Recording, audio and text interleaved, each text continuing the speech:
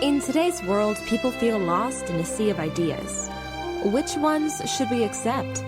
Stay tuned because you're listening to Veracity Hill, striving for truth on faith, politics, and society. Here is your host, Kurt Jaros.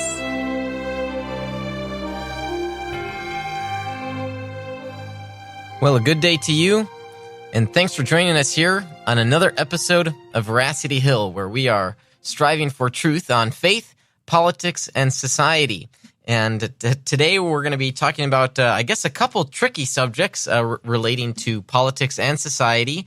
The original intention has been to tackle the tricky subject of minimum wage theory. It's a very popular idea, raising the minimum wage. Gaining traction is the idea that we should raise minimum wage to $15 an hour here in the United States.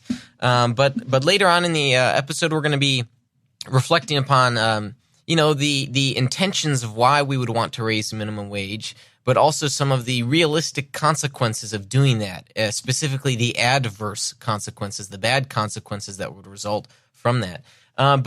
So the intention has been to devote the episode to that. However, this week, Senator Bernie Sanders has made some remarks that have been quite stirring for a lot of people. I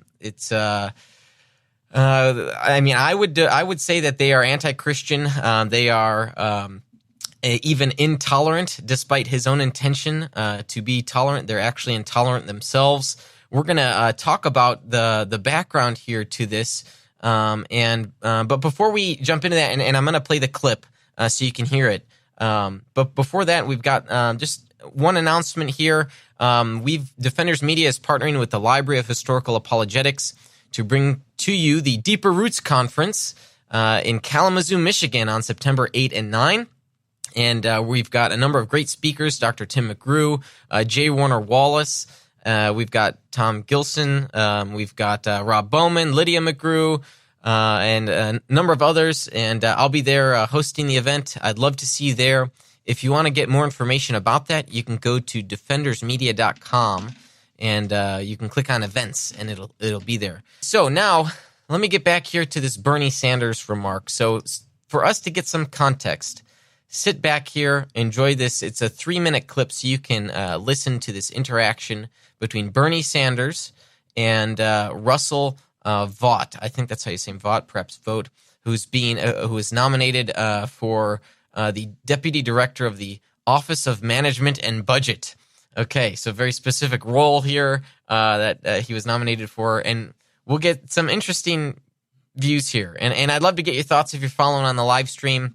If you want to comment, you've got questions, or if you want to call in, the number is 505-2STRIVE. That's 505-278-7483. And so here we are with Senator Bernie Sanders. Their letter states, and I quote, "We write to express our deep concerns about the nomination of Russell Vought to the position of Deputy Director of the White House Office of Management and Budget. Mr. Vought has denigrated American Muslims and the Muslim faith. His writings demonstrate a clear hostility to religious pluralism and freedom that disqualify him for any appointment, including that of Deputy Director of the OMB." So, for the record. In the piece that I referred to that you wrote for a publication called Resurgent, you wrote, "Muslims do not simply have a deficient theology. They do not know God because they have rejected Jesus Christ, his son, and they stand condemned." End of quote. Do you believe that statement is Islamophobic? Absolutely not, Senator. I'm a Christian, and I believe in a Christian set of principles based on my faith. That post, as I stated in the questionnaire to this committee, was to defend my alma mater, Wheaton College, a Christian school that has a statement of faith that includes the centrality of Jesus Christ for salvation. And again, I apologize. Forgive me. We just don't have a lot of time. Do you believe that people in the Muslim religion stand condemned? Is that your view? Again, Senator, I'm a Christian, and I wrote that piece. Well, what does that say? With the statement of faith of Wheaton. I understand that. I don't know how many Muslims there are in America. I really don't know. Probably a couple of million. Are you suggesting that all of those people stand condemned? What about Jews? They stand condemned too? Senator, I'm a Christian. I understand you are a Christian, but this country is made up of people who are not just. I understand. that Christianity is the majority religion. But there are other people who have different religions in this country and around the world. In your judgment, do you think that people who are not Christians are going to be condemned? Thank you for probing on that question. As a Christian, I believe that all individuals are made in the image of God and are worthy of dignity and respect, regardless of their religious beliefs. I believe that as a Christian, that's how I should treat all individuals. And do you think your statement that you put into that publication, they do not know God because they've rejected Jesus Christ the Son and they stand condemned, do you think that's respectful of other religions? Senator, I wrote a post based on being a Christian and attending a Christian school that has a statement of faith that speaks clearly with regard to the centrality of Jesus Christ in salvation. I would simply say, Mr. Chairman, that this nominee is really not someone who is what this country is supposed to be about. I will vote no.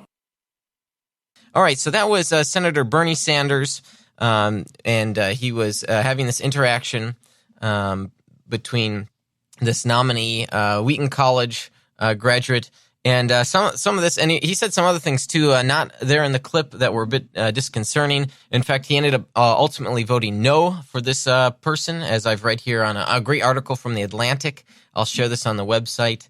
And some people are saying that this is sort of a religious test. Of course, Sanders is not coming out calling for a religious test formally, but he obviously is holding it against this this nominee, Russell Vought, for because of his religious beliefs in the exclusivity of Jesus as the only means for salvation. And so now to help us think through some of these issues and to talk about these more, we have invited George Yancey, who is a senior contributor to The Stream and professor of sociology at the University of North Texas. George, thanks so much for coming on the show today. Thanks for having me. Great. So this is a really, I feel like there are a lot of things to talk about here. This is one of the things that Christians have feared, that all of a sudden, because we are Christians, we're going to be prohibited and persecuted in a minor sense. Of course, in this case, Vought, I think is how you say his name, is being discriminated because of his position on the exclusivity of Jesus as the means for salvation. And of course, Sanders, voted no as a result of this. What's going on here? What's your perception? What's your take? And then I want to get your thoughts on even what Senator I think Van Hollen also said as well. Sure. Yeah. I've been doing research on what's been called Christianophobia, which is the fear and hatred towards Christians, especially conservative Christians. Now, I don't know whether or not Senator Sanders has Christianophobia. But what I am willing to say is he operates in an atmosphere where that's acceptable. Mm-hmm.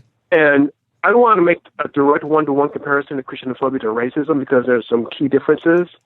But a way to think about it is, in the South, during Jim Crow, not everyone there was a racist, but you were in a situation where racism was common. So if you were white and you want to get away with mistreating a black person, you might not be personally a racist, but you could do it anyways. That's what I'm saying. That's what I'm saying that has occurred here, that this is an atmosphere of Christianophobia. And to illustrate that, does anyone actually believe Sanders would ask a Muslim about his or her faith and whether or not his or her faith is exclusive and what happens in the afterlife to non-Muslims? Everyone knows Sanders would not dare do that because he would immediately be called, rightly so, Islamophobic. Right. Well, if that's the case for Muslims, then it's the case for Christians. Yeah. And so this is why I say, I'm not accusing him of Christianophobia. I'm saying he operates in an atmosphere where Christianophobia, and by atmosphere I don't mean Congress, I mean his social circles, so Christianophobia is okay. Mm-hmm. Sanders, I understand he represents himself as a secular Jew, and that's fine.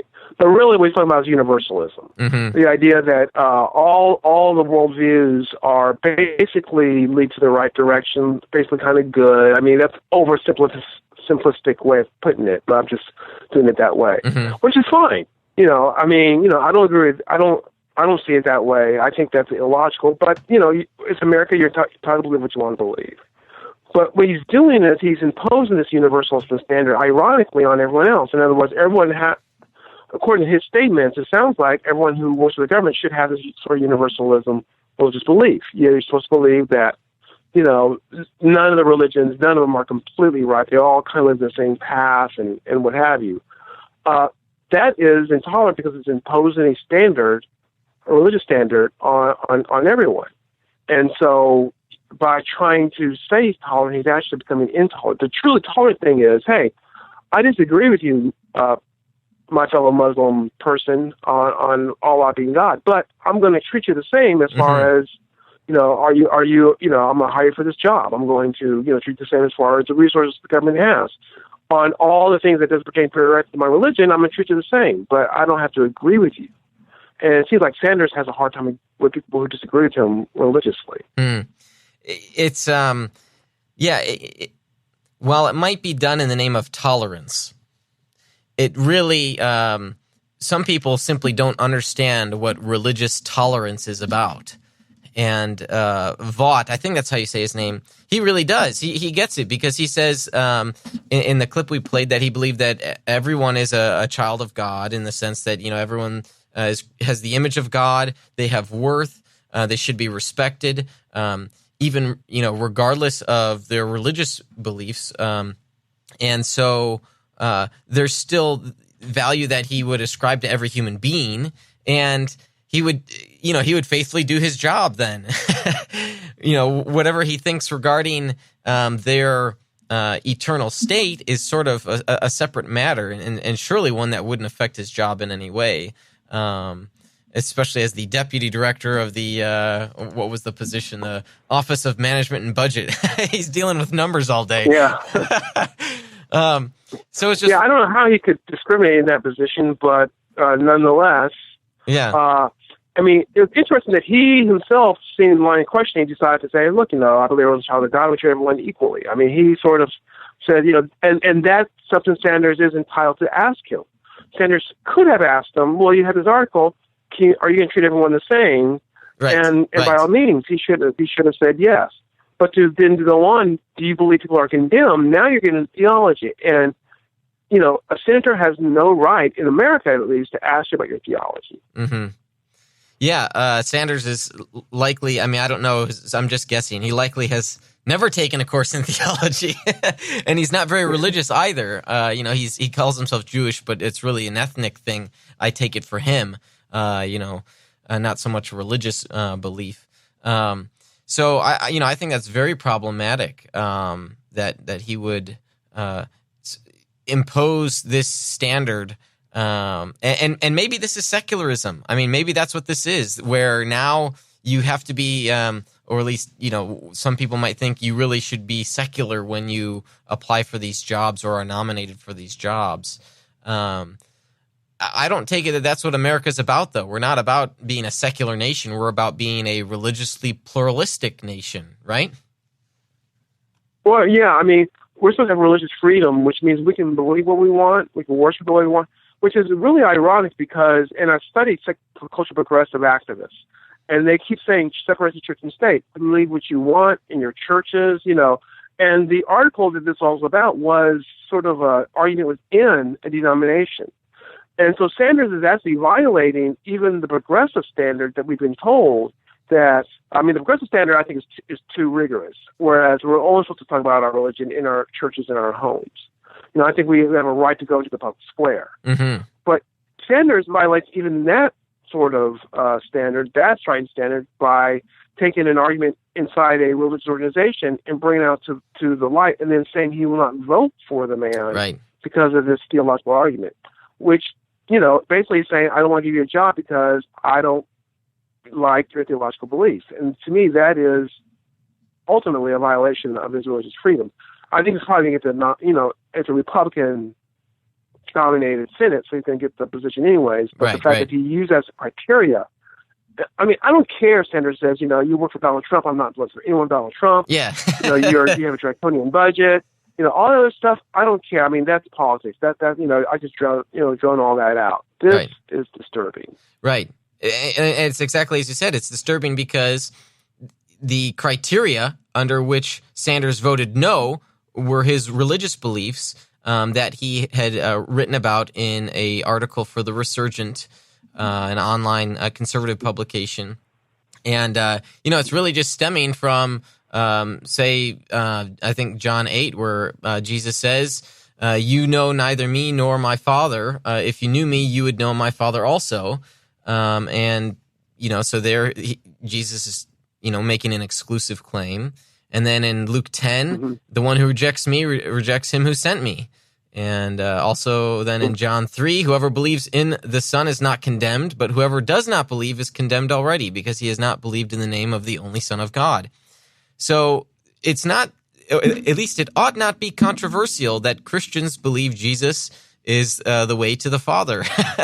And the fact that... and something else, Kirk, that I really think we should bring up just for at least a couple of minutes. Sure. I think, was it Van Hollen, the other senator? Who I was just going to bring him up. And okay, yeah, I think with all people's contrast Sanders, rightly so. Mm-hmm. But if you really listen to what Van Hollen is saying, this guy's Christianity. I mean, he doesn't say exactly his words, but I mean, I think it's a fair interpretation. This guy's Christianity isn't really real Christianity. My Christianity was sort of kind of non-exclusive. That's really what Christianity is about. Right. Now he can believe that. And, and we can, people can argue about it on Facebook or in person or what have you, and that's fine. I mean, I'm not saying why he's right to believe that. What I'm saying is, as a senator, to sort of tell the candidate what his Christianity should be is quite disturbing as well. And so we really can't let that go. I'm glad you're about to bring that up. Yeah. So I've got his quote up here. So Senator Chris Van Hollen of Maryland, he said, "I'm a Christian, but part of being a Christian, in my view, is recognizing that there are lots of ways that people can pursue their God." And then he said, "No one is questioning your faith. It's your comments that suggest a violation of the public trust in what will be a very important position." You're right. Van Hollen can believe that. He's got the legal right to hold that view. From a Christian perspective, I want to call him out on this and say, no, that's not the Orthodox Christian perspective. If you think that there are various ways to God, then that's sort of universal or even relativistic position, which is not the Orthodox position. And so, that would be disturbing to me on a religious worldview basis. So this is, as you said, this is very disturbing because of the criteria being used to judge nominees. I think it sets a dangerous precedent even for a lot of religious people, and like you said, even Muslims, if they were to be nominated. And that's a standard we want to shy away from.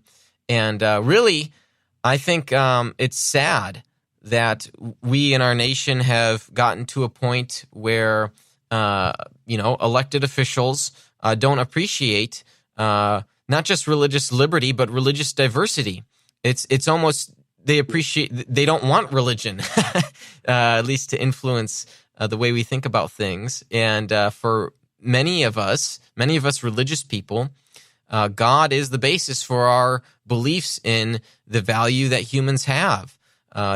Even our country, one of the unofficial founding documents, the Declaration of Independence, stated that God is the one that gives us these rights, and the Creator God specifically gives us these rights to life, liberty, and the pursuit of happiness. So if we can't be talking about God in the public square, even as government officials, I think we're headed down the wrong path.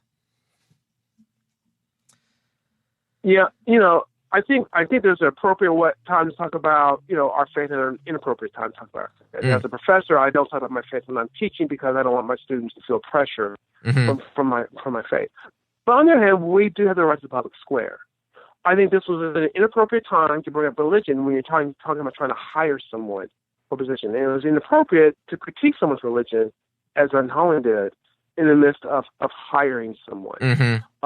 I did a little bit of looking up right before I came on because I knew I was going to talk about this. And according to at least one survey I could find, about 75% of all Christians, and by Christians I mean Protestant and Catholics, believe that Jesus Christ is the only path to heaven. Mm-hmm. Now, basically, what these two senators are saying is that 75% of all Christians, I'm trying to do my math here, it's probably about 50% of the population. Okay. Basically, their faith is disqualifies them for consideration of government jobs. We just don't want to go there as a society. Oh yeah. And I think we have to have a lot of pushback right now, right? Because I fear if we don't push back now, then another senator will feel emboldened to do something like this. Oh yeah, reactionary. 6 months from now. Mm-hmm. And so I hope, I'm glad this has gotten a lot of attention, and I hope it can get more attention. And I hope it can break through into the media to let people know you don't use someone's religion to decide on hiring someone in a secular governmental job. Mm-hmm. Yeah, you're right that there's a time and place, and we should still recognize that our religious beliefs are going to inform how we, say, teach, you as a university professor, right? It's going to influence your worldview and the perspective and interpretations you have, even on data that you're studying. But say as a government official, right, it's going to influence your policy and such. So there's a time and place. And of course, there's what some political theorists call sort of civic religion or civic faith, where we talk about the Creator God because we talk about the common beliefs that we all have together, even if we disagree on the finer details of those beliefs. And so we're almost, we're at a point here where we're in this almost, it's a spiritual, also political war between a war of ideas, that is, the secular position against the religious position. And the religious position, I really want people to recognize this, the religious position is not necessarily an exclusive Christian one, right? I mean, there are a lot of religious people in this nation. They're not just Christians, and they believe that God has a place in public society, and we shouldn't be persecuted, in a minor sense. We shouldn't be discriminated against as a result of that. And I even want to say more than that. It's because the reason why we want this is because God is the basis for these things. And so our worldview very much plays an important role in American government and serves as the basis for this. George, I want to thank you. I don't want to hold you up any longer, but I want to thank you so much for your time and coming on here and cluing us in a little bit more about this very tricky subject. And as you said, it's a bit disturbing. It's something I hope, and I think Sanders is rightly sort of having a backlash, a response, even from a number of, if you look at a spectrum, number of liberal publications like Slate, and The Atlantic tends to be a bit more independent. There's some good articles there. So we'll post some at our website for those of you that want to follow along with this incident. So George Yancey, thanks so much for coming on the show. Thank you. Thanks for having me. God bless you. All right, so we've got a caller here coming in, and it is actually my sister Amanda. Lo and behold, Amanda, how you doing? I'm doing well, Kurt. How are you? Good. Thanks for calling in, sis.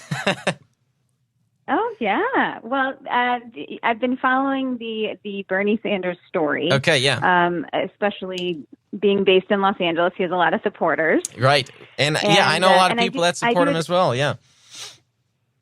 Yeah, and, I do admire his heart for the poor and oppressed, and while, we may differ on certain ways of execution, I appreciate his efforts according to his own passions. And all that to say, I'm wondering if you think that he didn't understand Russell's phrase of being condemned. Do you think that Bernie, not knowing the scripture, actually took that to mean that Russell would commit hateful acts against Muslims in a position, or do you think he understood that it meant more of a hell afterlife mentality? Yeah, that's a good question. And thanks for calling in, Amanda. I would say, I think you're right. I think you're onto something here. I think Sanders, because he just probably hasn't studied religion all that much, is for lack of a better word, he's ignorant here on this use of condemned. So for Russell Vaught, condemned here is talking about eternal, an eternal state.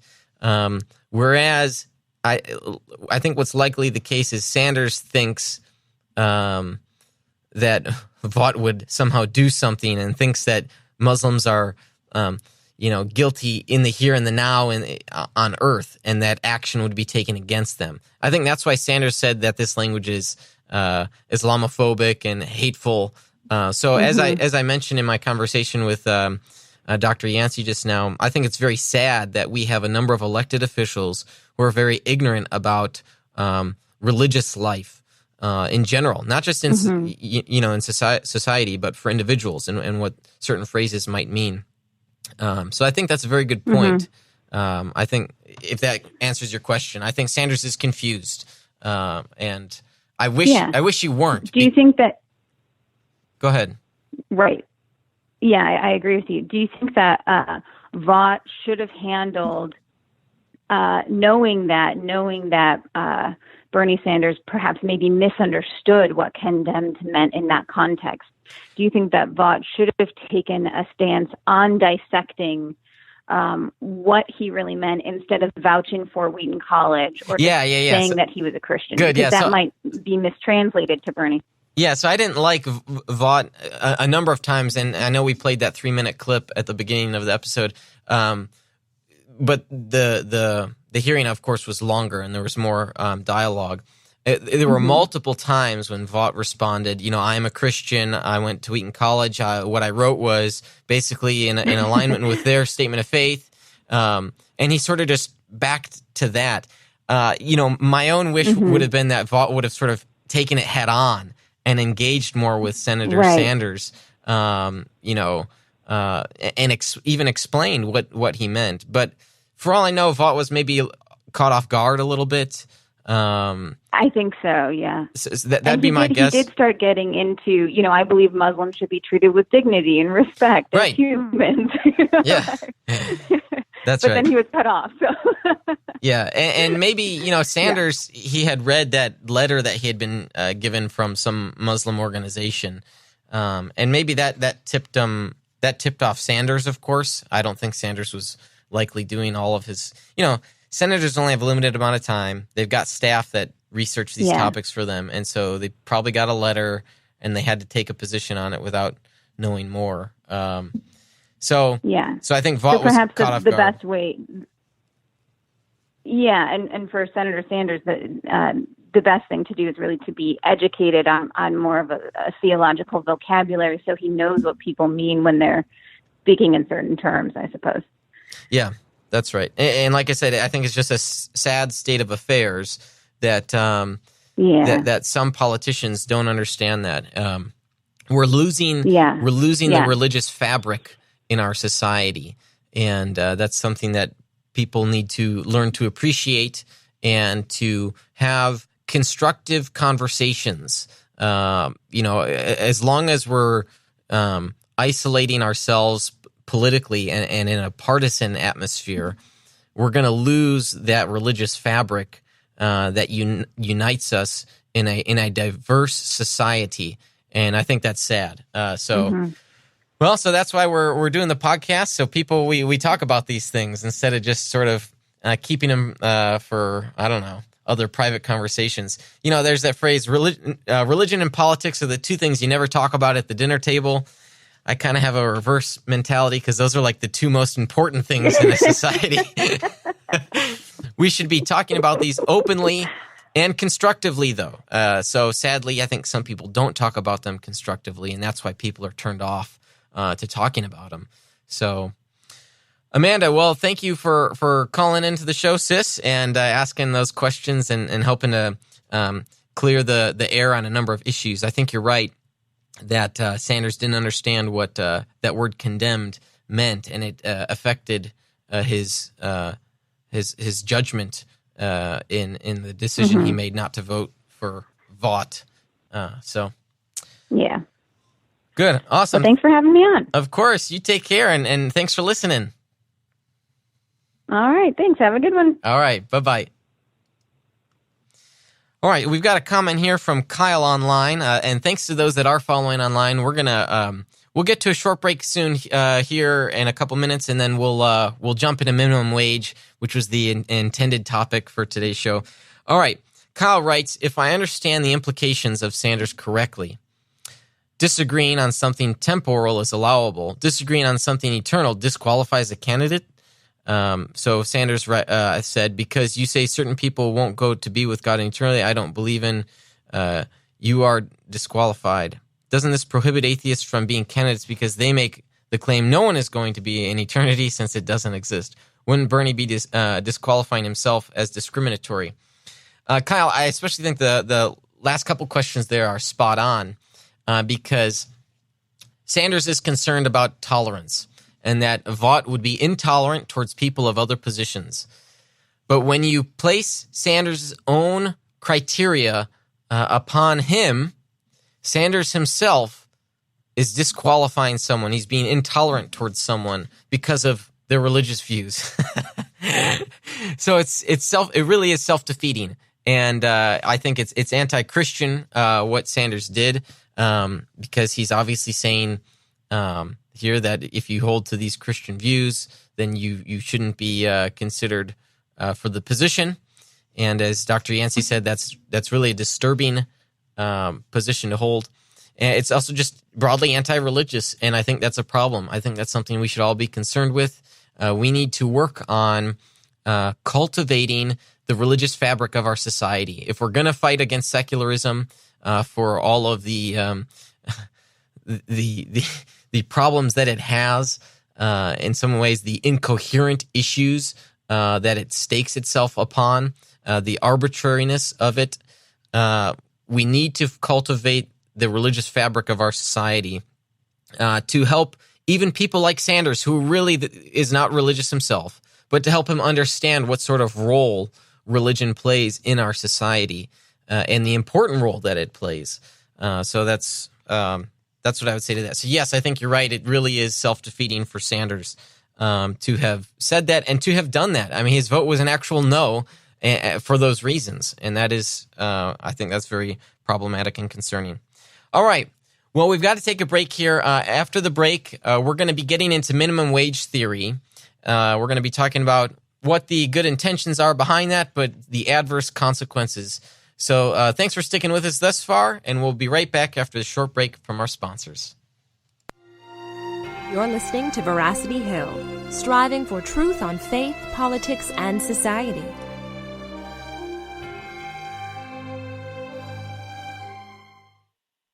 Hello, I'm David Smith, the Executive Director of Illinois Family Institute, a state-based Christian pro-life and pro-family public policy organization. I want to invite you to join us as we seek to be salt and light to a dark and rapidly decaying culture. You can do that in a number of ways. For example, you can join our email list to get timely alerts and great cultural commentaries. You can like our Facebook page, follow us on Twitter, listen to our podcasts, and subscribe to our YouTube channel. You can attend one or more of the special events and forums we host in different parts of the state. We do all these things to encourage and equip Christians in Illinois. You see, we need you to help us fulfill our mission to boldly bring a biblical perspective to public policy.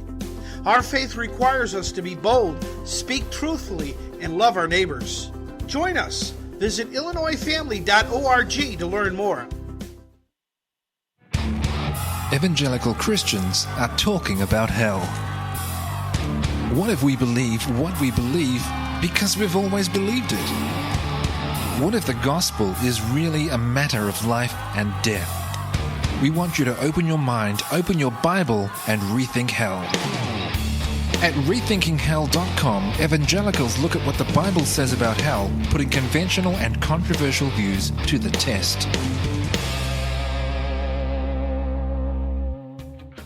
Are you tired of wasting your time and money on ads that just aren't producing? What if there was an easier way to get great advertising results with tons of traffic and social engagement to your brand without wasting your time or money? Well, there is an easier way, and it's called TrafficBuffet.com. a new and easy way to generate the traffic you need through our global network of publishers, all with one click. Explode your site traffic and send tens of thousands of potential customers to your site daily. Build your brand with our social campaigns like Facebook, Twitter, YouTube, and more. Our dedicated account reps provide amazing support. So don't wait. Get started today. TrafficBuffet.com. Measurable results, driving success.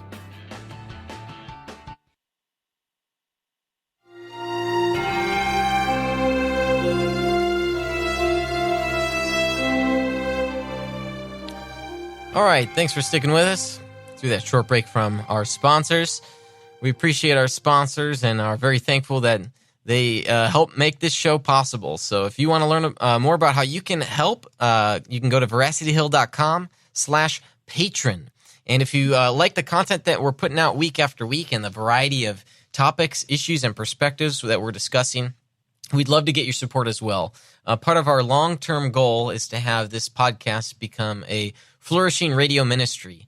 And to make that happen, we need your help. So we'd love to get your continual monthly support. So go to veracityhill.com where you can learn more how to do that. All right, so in the first half of the show, we were talking about the Bernie Sanders incident this past week where he said some things that he really just didn't quite maybe even know what he was saying or the implications of that. Maybe he did, in which case that's even more. We should be encouraged to talk to people more about these important issues.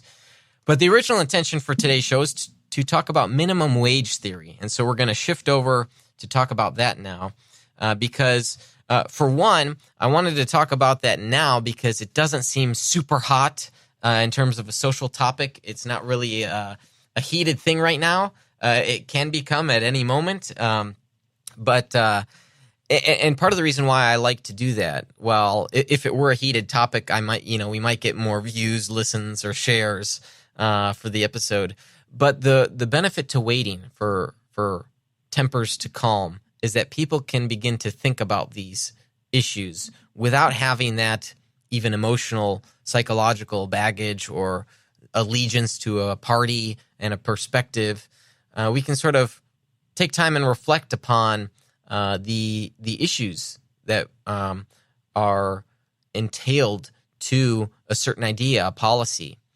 So let me first say this. So minimum wage is basically the idea that everyone should have a living wage, something that would make it enough for them to even survive on if they were to work, say, 40 hours a week at specifically a low-wage position, either manual labor or fast food.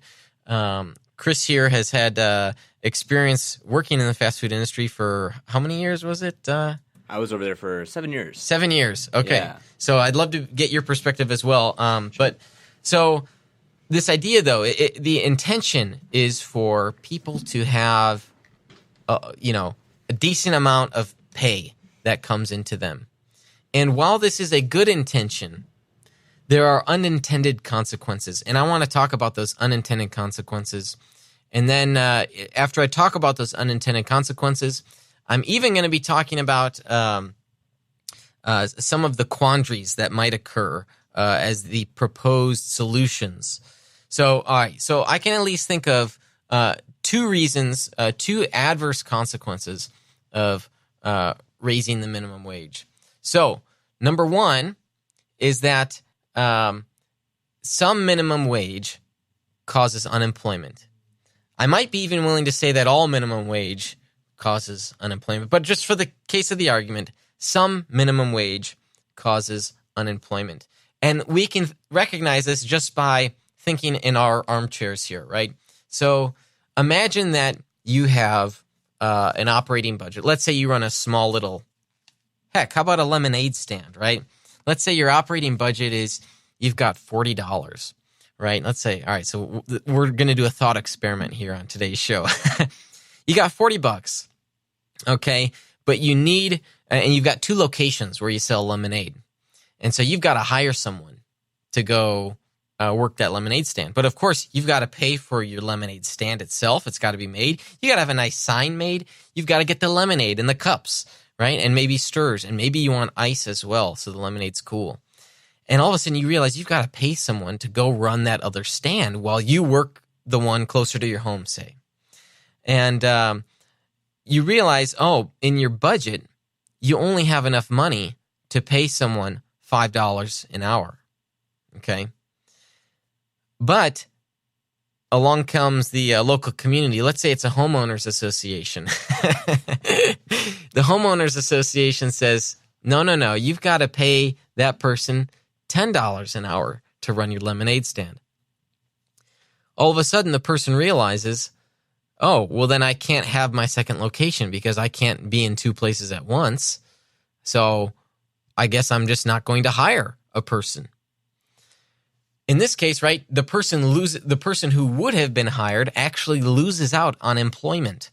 And so instead of getting $5 an hour, the person gets $0 an hour because they don't land the job, because the homeowners association has said that it's illegal. Of course, here, if you're following along, the homeowners association would be, say, government regulation prohibiting a company from hiring employees at a certain wage.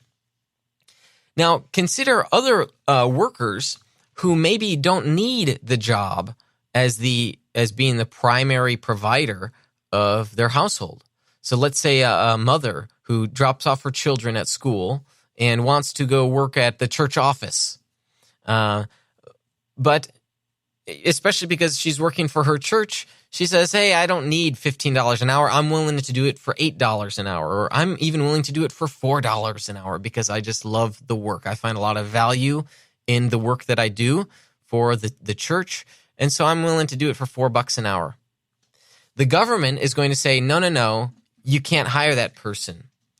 And I think that's really problematic. So I know my position might be extreme and unpopular.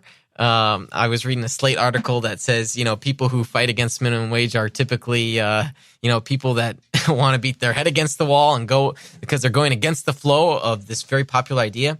But I want to say that there should be no such thing as minimum wage, actually, in terms of a government regulation, because it prohibits various forms of contractual agreements. For example, the one example I gave there, the mother that drops her children off to school and wants to work at the church office, but is willing to do it for $4 an hour. Why should we stop a church from doing that? So having a regulation prohibits good forms of agreements, where we even recognize that the mother, in the example I gave, is not the primary income provider.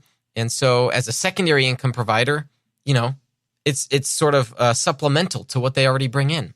And I don't think regulation should prohibit against that. Okay, so some minimum wage causes unemployment, all right? And this unemployment really hurts immigrants, minorities, and young people.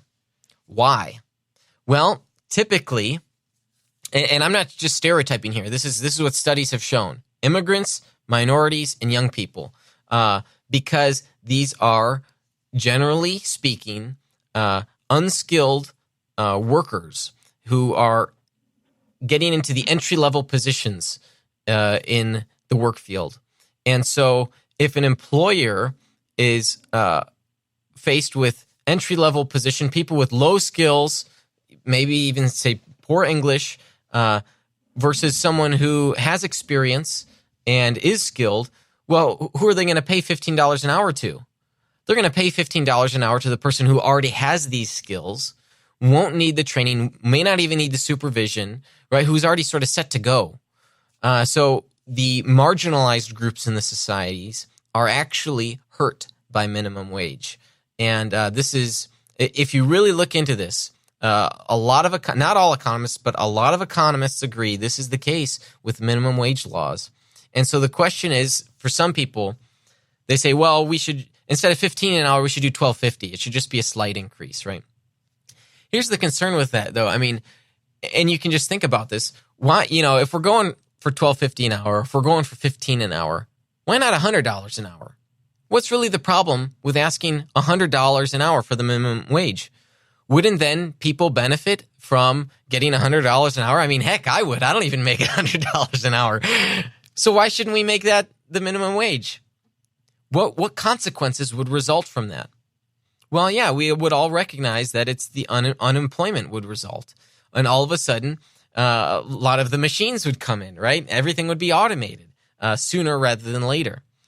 And so I think we should be weary of a policy that, while well-intentioned, has some adverse consequences.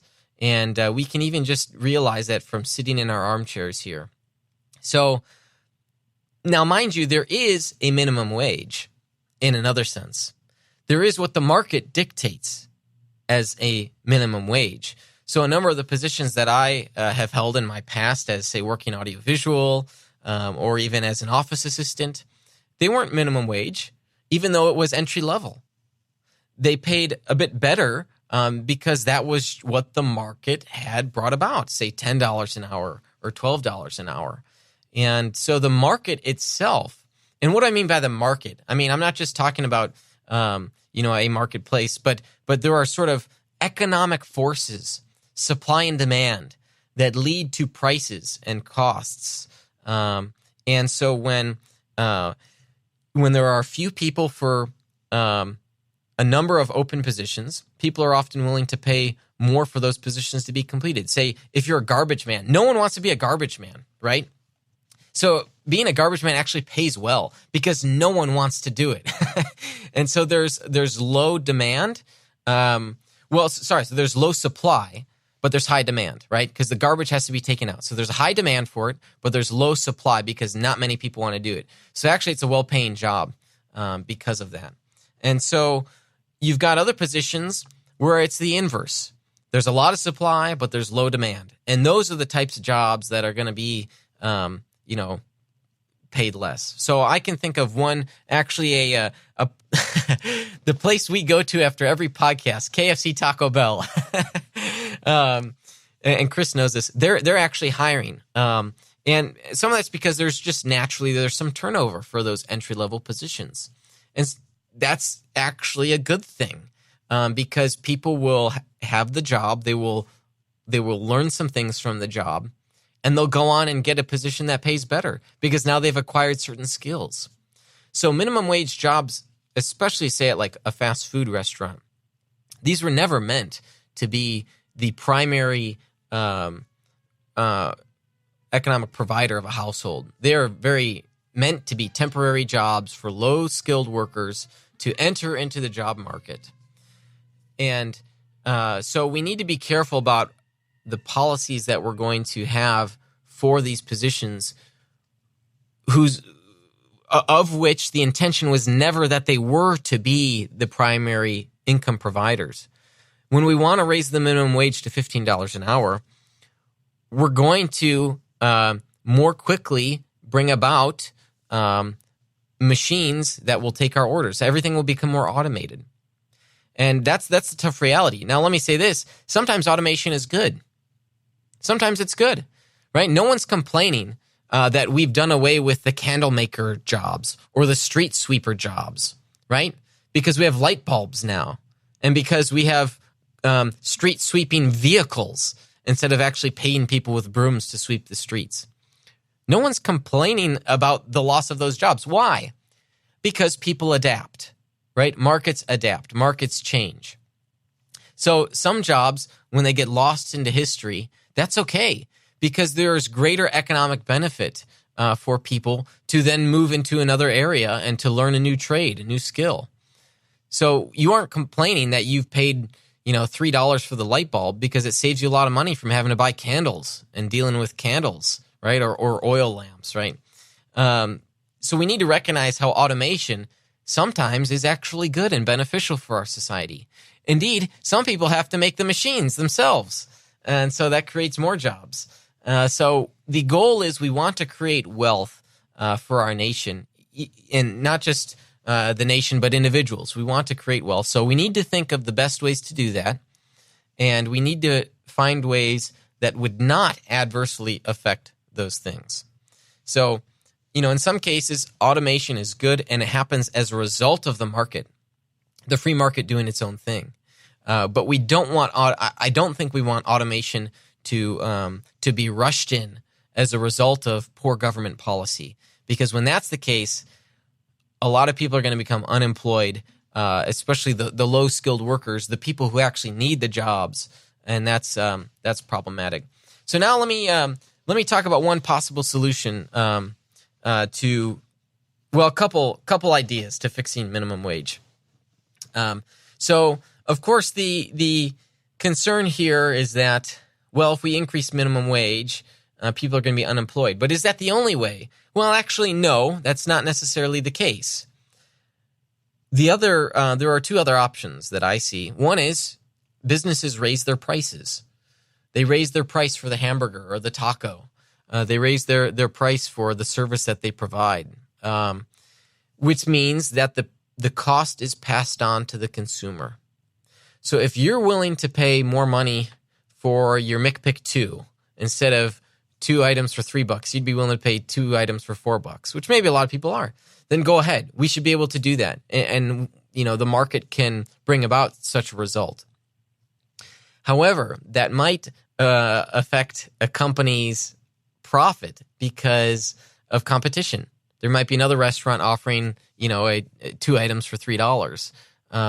And then that business would lose money because they can't get customers through the door. So that's one of the problems there. One other option is, and this was an option that I had discussed with a friend of mine. He said, well, couldn't we just take the money from the higher ups, right? The CEO of McDonald's makes, let's see here, $7,290,000 a year. $7 million, the CEO of McDonald's. Wow, that's a lot of money. Okay, can't we just sort of distribute that to the workers? Well, when you really think about it, I don't think it works out the way that my friend wanted, because if you were to divide that money, it would really be minuscule. It would not really make a dent in the problem. So let's say we were to just reduce the CEO's pay by $2 million, or rather $2 million. So let's take away $5 million from his pay. When you divide that by the workers of McDonald's, of which there are over 300,000. Let's just say here in the math that I had done with my friend, $375,000, not dollars, employees. So if you divide $5,290,000 by 375,000 employees, what's the total? The total cost per employee is a bonus check of, drumroll please, $14.11. Total. That's total. That's not per hour. That's total. That's your Christmas bonus check. If you were to decrease the CEO of McDonald's salary down to $2 million from $7.3 million, and if you were to divvy that money up, the point here is that it wouldn't make a substantial dent, because companies have profit margins, and then they use that profit to reinvest in various areas, to update their stores. They've got costs themselves. And so it's not so simple to simply reallocate the high pay of CEOs and higher ups in a company. Now, of course, I think part of what has stirred up a lot of people to be angry at higher level employees is a result of the bank bailouts that occurred not even 10 years ago, because we read articles about how these banks were getting money from the government for the mistakes that they had made, which, mind you, the government had actually incentivized when you look into it. And we see that the CEOs were getting these huge bonuses, even though it was taxpayer dollars that had just bailed them out. And so I think people who recognize this as an injustice are correct for recognizing that as an injustice. But that, I think, is because the government was giving them money to help them from bankruptcy. When you've got a company that is totally fine on its own without getting government assistance, and they want to pay their CEO what they want to pay, I think that's up to them. How are we to really determine the worth of a CEO? That's up to the board of directors or, say, the shareholders if it's a publicly owned company. And so that's not really up to us to decide how much a person is worth. I just saw something on Facebook earlier this week. One fellow had shared it was a stat about Bill Gates. Bill Gates makes something crazy like $100 an hour or $114. No, sorry. I'm sorry. I misspoke. It was like $114 a second. $114, which means that if Bill Gates were to see a $100 bill on the sidewalk, he would actually be losing money if he were to bend over and pick up the $100 bill. And so what does that tell us? Well, that just tells us that a person can have great value to his or her own company. The sort of decisions, the idea, the wisdom and discernment that a CEO brings to a company can be very valuable, so much more valuable than, say, the value that say someone who cooks the food brings, right? So we need to recognize that some jobs rightfully pay more than others. Someone who mows a lawn for their primary source of income versus a neurosurgeon, right? We recognize that the neurosurgeon has a much more difficult job to do. It takes years of training, which also costs money because of the education. And so the market accurately brings about and reflects the high pay that a neurosurgeon should be paid for the hard, difficult, very difficult skilled labor versus, say, riding a lawnmower or even using a push mower to cut, my grass or your grass. So the market recognizes those things. And even getting into, say, the wage gap theory, the idea that the wage gap is increasing, as long as everyone's winning, okay, that's the idea. We're not talking about winners and losers here. We're talking about winners and winners. So if the guy who mows your lawn makes $20,000 a year, if the next year he makes $25,000 a year, he's winning. If the neurosurgeon makes $100K in the first year and $150K the next year, he's winning. But notice the wage gap increase, right? The lawnmower only gets $5,000 in increase. The neurosurgeon gets $50,000 in increase. Oh no, we've got the wage gap has increased, right? That's not a problem, okay? That is not a problem because no one's losing. Everyone's still winning. And so we should be weary here of any articles that you might read about the wage gap increasing. As long as everyone's winning, we're doing okay. Is it unreasonable? Is it unjustified for some people to win more than others? Maybe I'd have to think about that. But my general answer is, generally speaking, no. It's not unfair. As long as everyone's winning, that's a good thing.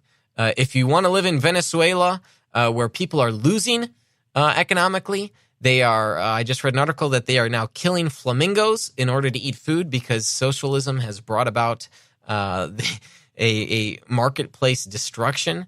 That is losing, okay? And so we need to be wary here of economic policies that, while well-intentioned, have poor results. All right, we've got a comment here. I know I've been babbling on here for a while. Philip writes here online, could there be inflation consequences due to increasing minimum wage or increasing too much too soon? Philip, thanks for your question here.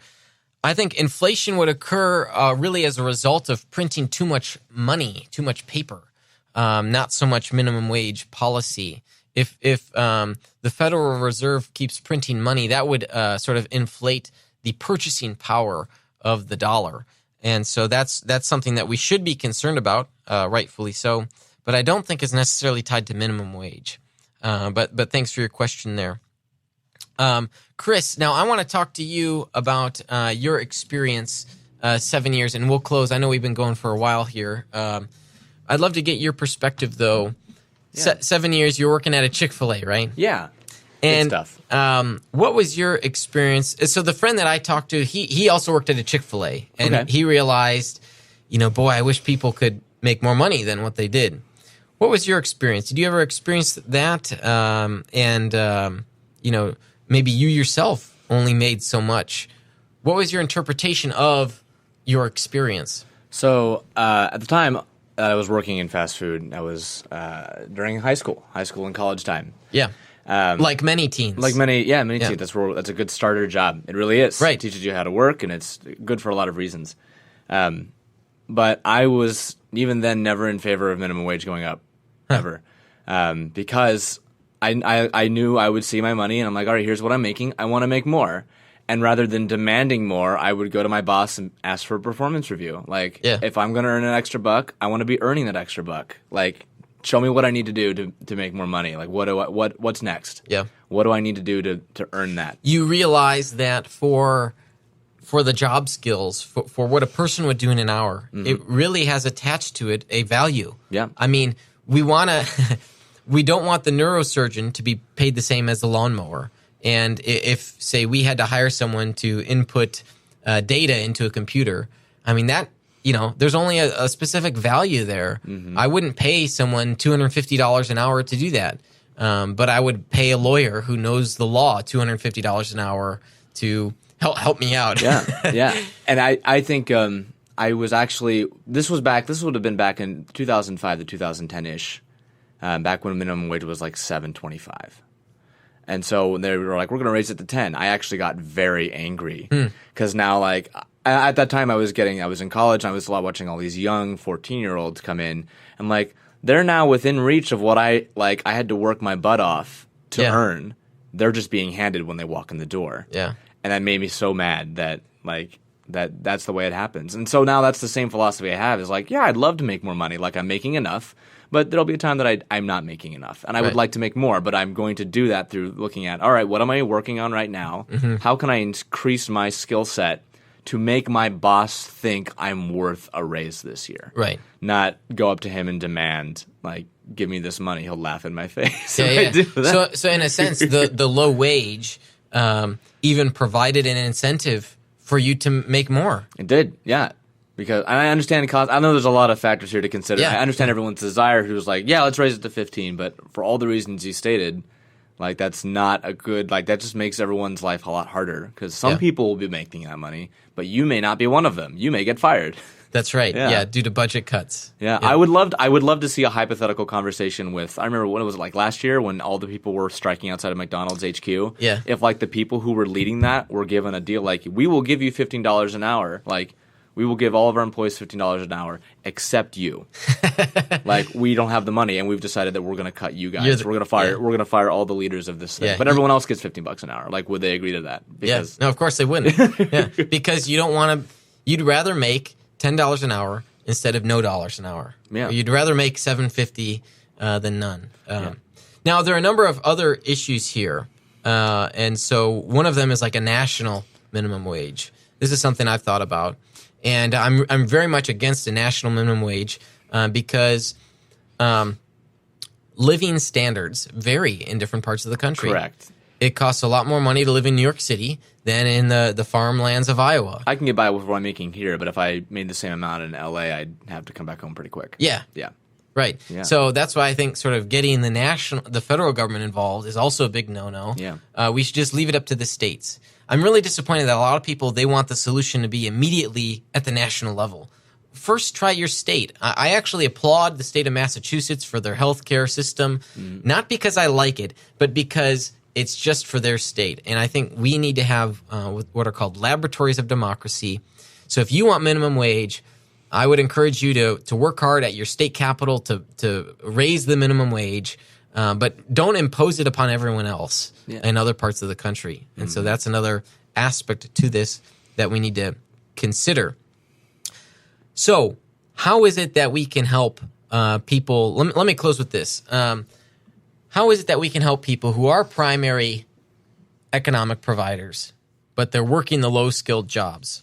Well, our government currently has a safety net, and you can make, for some people, you can make more money than what other people make actually working using that safety net. Of course, its intention is only temporary because the idea is that you're learning, you're working hard, you're learning skills, you're increasing your skill set, and you become more valuable to a company, and you're going to be paid more as a result of that. In the meantime, how do we help people? Well, Milton Friedman had an idea, and it's commonly called the negative income tax. Basically, you would be cut a check for the amount of poverty, and that would basically assure that your basic needs would be met: shelter, food, clothing. All right, this is a great idea, right? And here's why it's a great idea: because the U.S., the Census Bureau a few years back did a study on this. The U.S. spends 4 times the amount necessary to fight poverty. When you consider federal, state, and local welfare programs, the United States spends 4 times the amount necessary. It would literally be cheaper to write every person in America a check for the poverty amount, which also is typically, it changes year to year. But it would literally be cheaper to cut every person in America a check. That's how much administration and bureaucracy has cost American taxpayers. We can actually save money if we change our welfare system. Now, for Friedman and others, you can't do both, okay? Doing both would just be insane. So you'd have to get rid of the welfare programs that presently exist. And there are a lot of them in various different departments of the governments. You'd have to get rid of them in order to do the negative income tax, which I would support because I think it's progress. It's headed towards the right direction there. And I remember reading something, I think, was it Norway or Sweden, that was doing a trial run of this in a certain area. So I'll have to keep up on how that's doing. All right, so those have been my thoughts on the minimum wage. I'd love to get your perspective, your take, if you're in support of it, if you're not. Again, I've raised a number of concerns here about the adverse consequences of minimum wage law. I think that it breaches contractual agreements that a person might have. It affects marginalized groups. It affects secondary income providers who bring supplemental income to their household. And so I'm very much in support of actually decreasing the minimum wage. I think there is still a market minimum wage. And I guess as long as the legal minimum wage is below the market minimum wage, it does nothing. It actually does nothing. But of course, we don't really see that all too frequently. So at any rate, I'd love to get your thoughts, and there are a number of ways you can get in touch with me. You can follow me on Facebook and Twitter. Just search Veracity Hill. Send me an email as well, kurt@veracityhill.com, and I'd love to exchange some emails with you. Or if you even want to call in, as a number of people did today, the number is 505-2STRIVE. That's 505-278-7483. And you can leave a message anytime during the week. I'd be happy to listen to that. I can give you a call back if you'd like, or we can play your message on the show as well. So that does it for the show today. I'm grateful for the continued support of our patrons and partnerships that we have with our sponsors, Defenders Media, Consult Kevin, The Sky Floor, Rethinking Hell, the Illinois Family Institute, Evolution 2.0, and Ratio Christi. I want to thank the tech team today. Chris, thank you so much. For our guest, we had George Yancey on there at the beginning of the show to talk about Bernie Sanders' remarks. But most of all, I want to thank you for your support and encouragement, and for listening in today, for striving for truth with me on faith, politics, and society. You've been listening to Veracity Hill, striving for truth on faith, politics, and society. This is a listener-supported program. For more resources, including past shows, visit veracityhill.com.